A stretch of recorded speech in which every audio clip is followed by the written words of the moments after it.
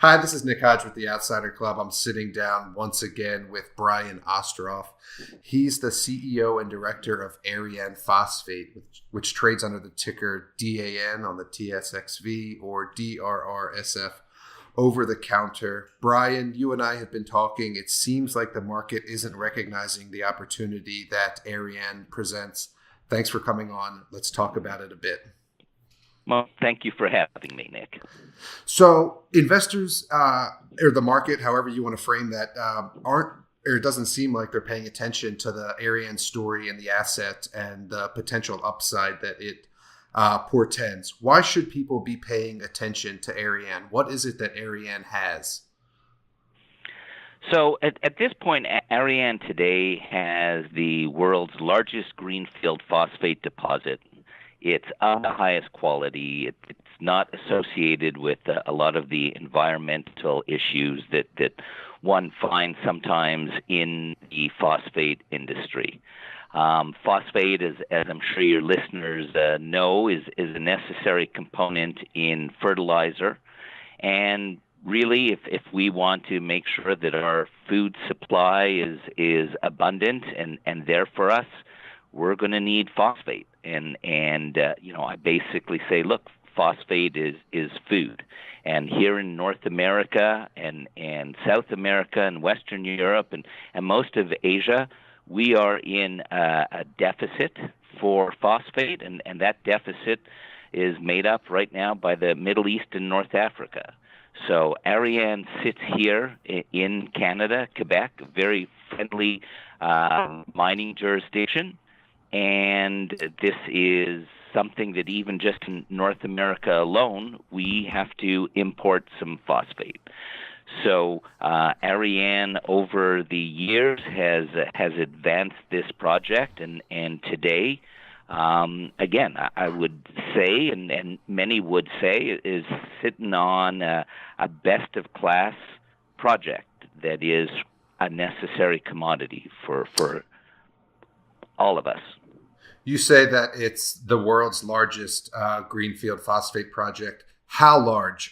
It's quite advanced. There was a feasibility study done, I believe, in 2013. Can you tell us a little bit about those numbers, maybe just to get a snapshot of how big it is, the NPV and the projected mine life?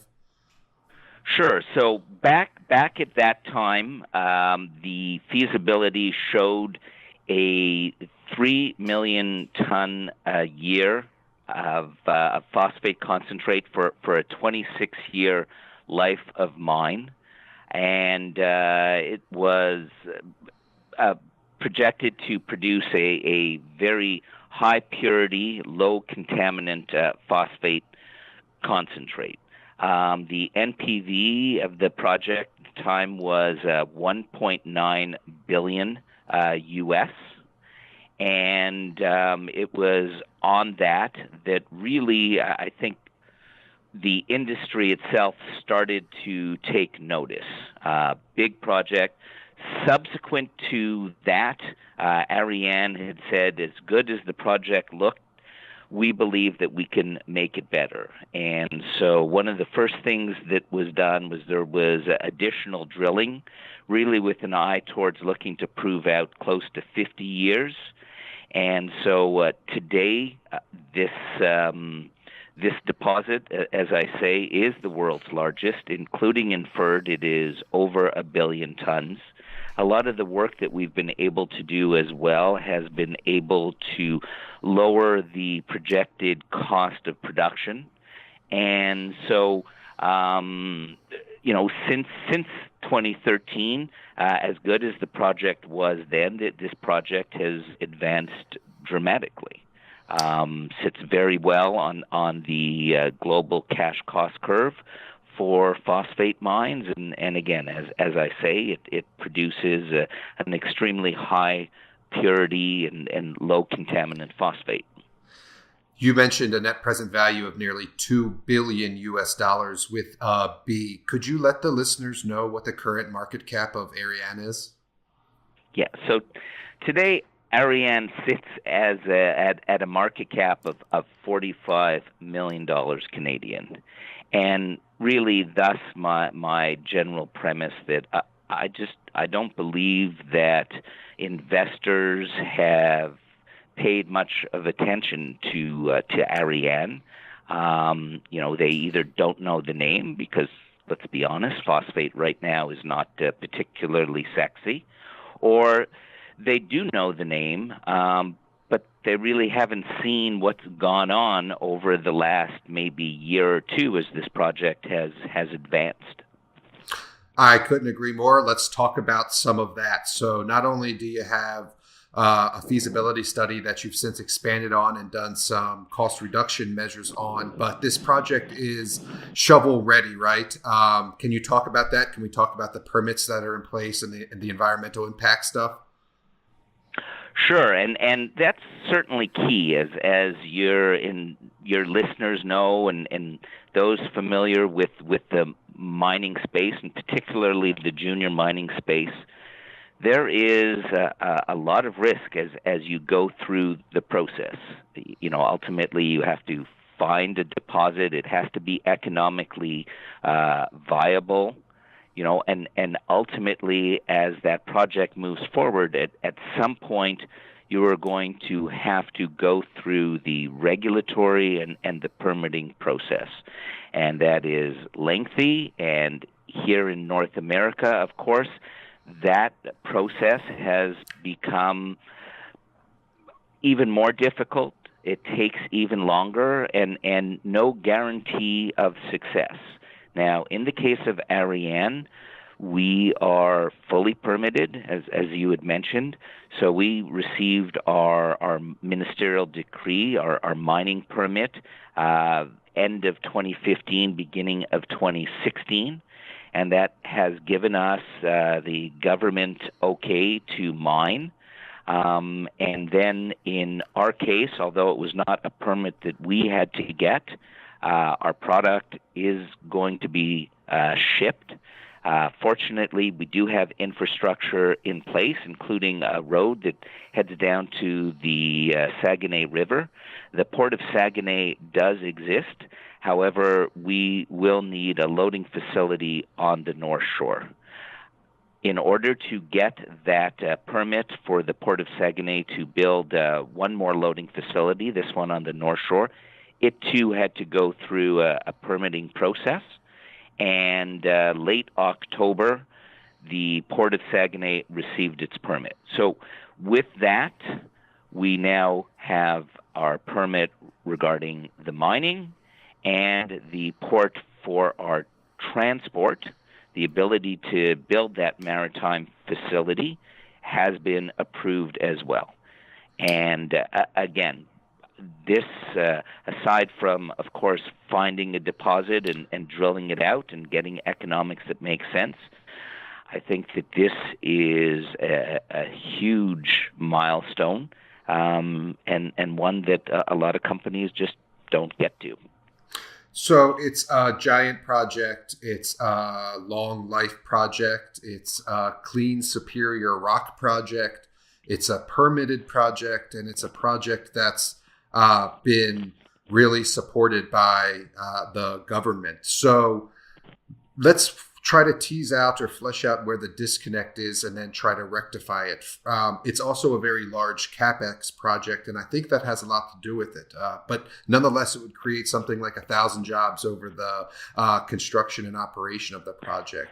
So it's been a long road, putting a lot of moving parts together. And over the past year or so, I think a lot of those spinning plates or floating pieces are now being brought together, including some that could potentially lead to project or construction finance. Can we talk about what's developed in the past, call it 12 months or over 2018?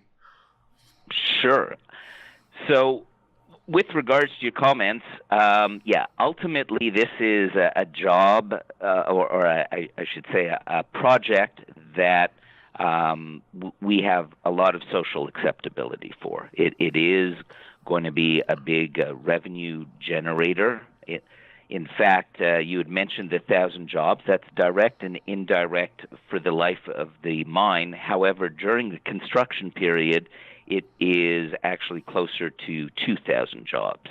Wow. So Certainly, the people of the Saguenay region really want to see this happen. You did, of course, mention the $1.2 billion CapEx.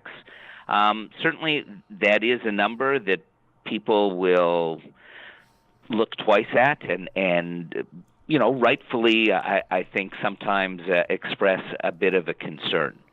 And while I do understand that, one should also just look at the overall numbers. At the end of the day, you've got a project that in today's prices should generate revenues of close to $500 million a year, and that's U.S. dollars, and should really generate, again, at today's profits, probably gross profits somewhere in the neighborhood of $220 to $250 million U.S. So again, while you are dealing with a sizable CapEx, you are also dealing with a project that is going to be extremely profitable, and of course, all projects are reliant on a sizable degree of debt financing. And when you are able to churn out the type of profits that this project is anticipated, it does give you a lot of a capacity to take on a sizable amount of debt. We've done a lot of work with the banks. They are certainly quite aware of our project, and I can say that there is a very solid interest in looking to get involved, participate in the debt structure. Certainly, you touch on some of the things that we've been able to take care of here in 2018. And so really to unlock the financing, the debt financing, I think what the banks have indicated to us is that they need to see offtake. So the numbers are good, the project is good, it certainly stood up to the test of technical scrutiny. Again, the fact that it is a needed commodity, I think gives the banks, the financiers, a lot of comfort. And I think that they are, by and large, comfortable with the economic metrics around it. They just now need to see customers. So, for us here at Arianne, I would say that the back half of 2018 was really focused now on being able to deliver offtake agreements. And so I'm very happy to say that really in the back quarter of 2018, we were able to execute 2 offtake agreements. And so really aside from really showing the banks that these things or that our product is marketable, as well, we've touched on the premium nature of our phosphate. And those offtake contracts do provide the premium pricing for our premium product. And I can't say enough about how important it is to have those offtakes in place. Certainly in the case of things like gold or silver or copper or oil, you do have the COMEX, you do have the commodity markets available, and you can always sell it through there. When you start getting into some of these bulk materials or even things like the battery metals, the lithium, et cetera, what the banks need to see is an offtake, because this stuff is not sold on an exchange, it's sold through contracts. And the ability to then enter into these offtakes, I would say, is the single most important thing in unlocking the financing. And again, this is something that we have been able to successfully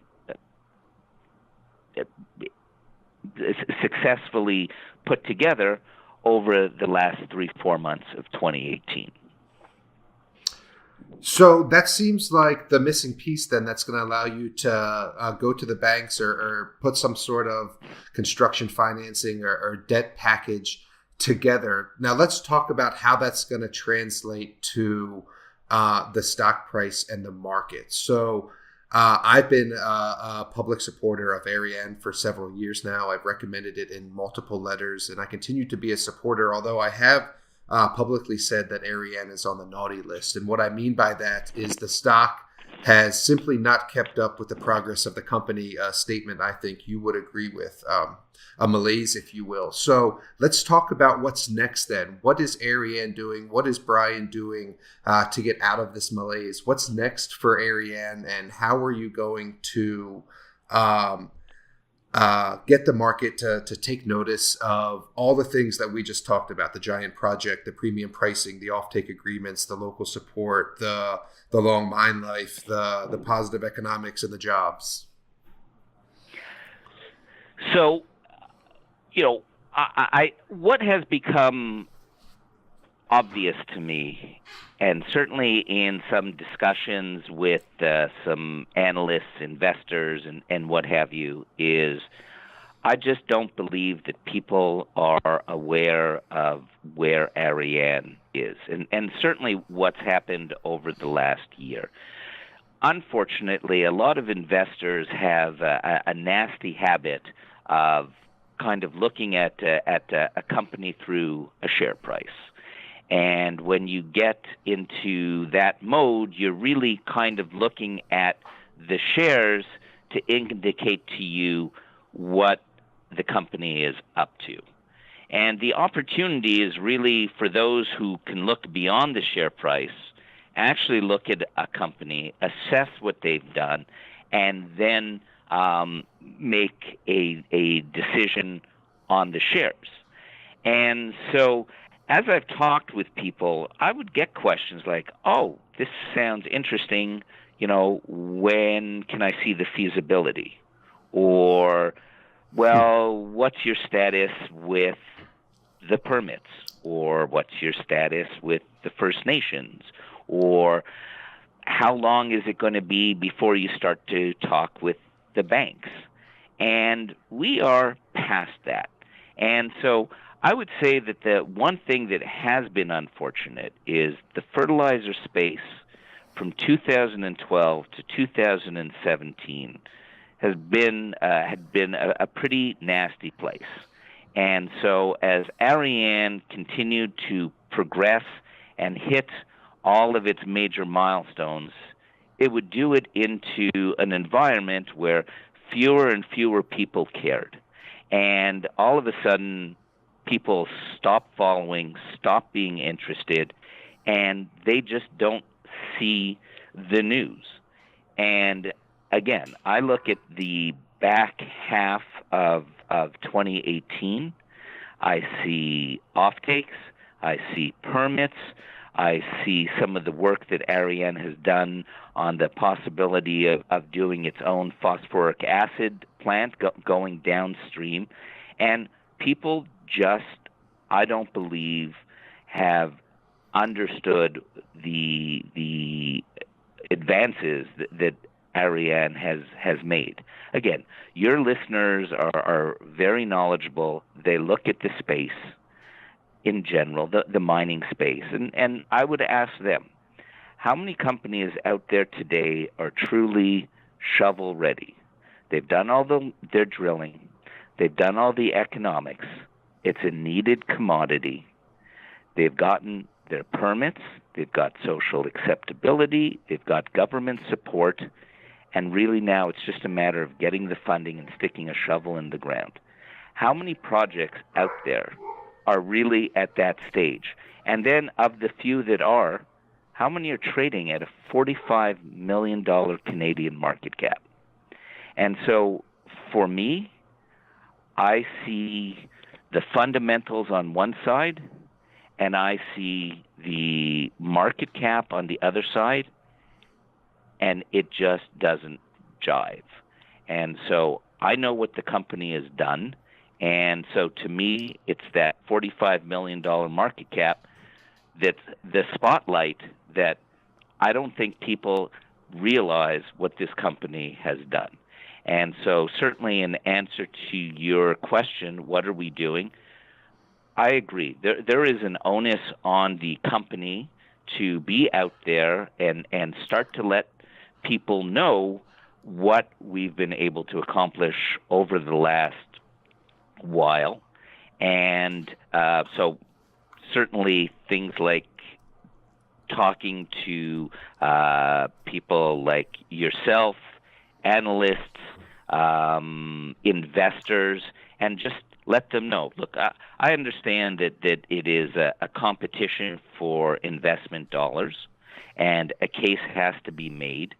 And so I believe we have a very strong case to be made. And over the coming months, for us, I think it's important to have a valuation and investors'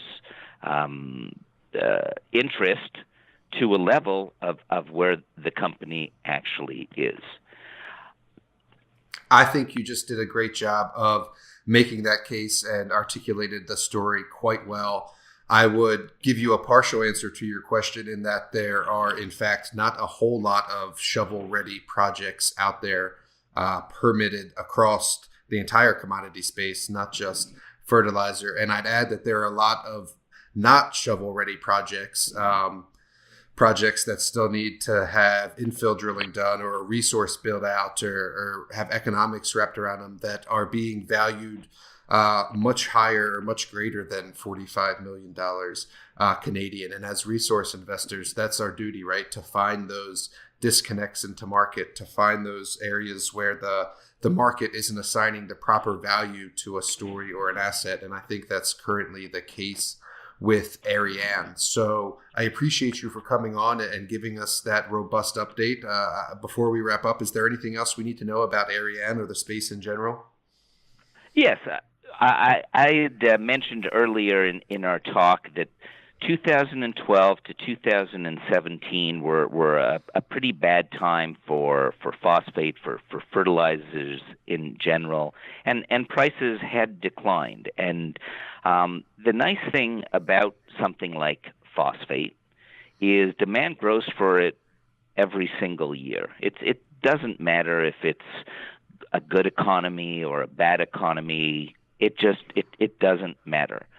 The demand continues to grow. And so you go through a period of 2012 to 2017, and no one really pays attention. Projects that might have been looking to go forward all of a sudden don't go forward. No one expands. And it's 5 years later, and demand has grown and grown. They say the cure to a low commodity price is a low commodity price. And so as demand continued to grow and grow between 2012 and 2017, and prices continued to go down and go down, all that did was put a cap on potential supply. 2018 rolls around, and all of a sudden prices start to get a little bit better, and people realize they need this stuff. Only now they need to figure out where to get it. And so 2018 was a good year for fertilizer prices. In the case of phosphate, prices were up about 25%. And so certainly some of the more household names when it comes to fertilizer, like the Mosaic, CF Industries, Nutrien, they had a pretty strong 2018. In the case of Arianne, we're not particularly well known, and so we're certainly not the first name that comes to mind when a large portfolio manager is thinking, we've started to see the turn. I need to own some fertilizer names. Arianne is definitely not the first name that comes to mind. But similar to gold or silver or what have you, we see the big names move first, and then there's that trickle down. In the case of fertilizer, you don't have a whole lot of phosphate development, or in our case, late stage development companies that are out there when you do the trickle down. And again, as a result of what happened between 2012 and 2017, most of the guys that were working on projects, that stopped. So really, your next step down after you move out of the big caps really would be Arianne. And so particularly with what we've been able to accomplish over the last year, this is the next big phosphate development in the world. I couldn't agree more. It's why I continue to recommend owning or purchasing shares of the stock, and clearly with shares sitting where they are right now presents a prime entry point for all the reasons we've discussed today. Brian, thanks for coming on. I wish you the best in 2019, and I look forward to Arianne continuing to achieve milestones and getting this project towards a construction and finance decision. Great. Well, thank you. I appreciate the time and interest.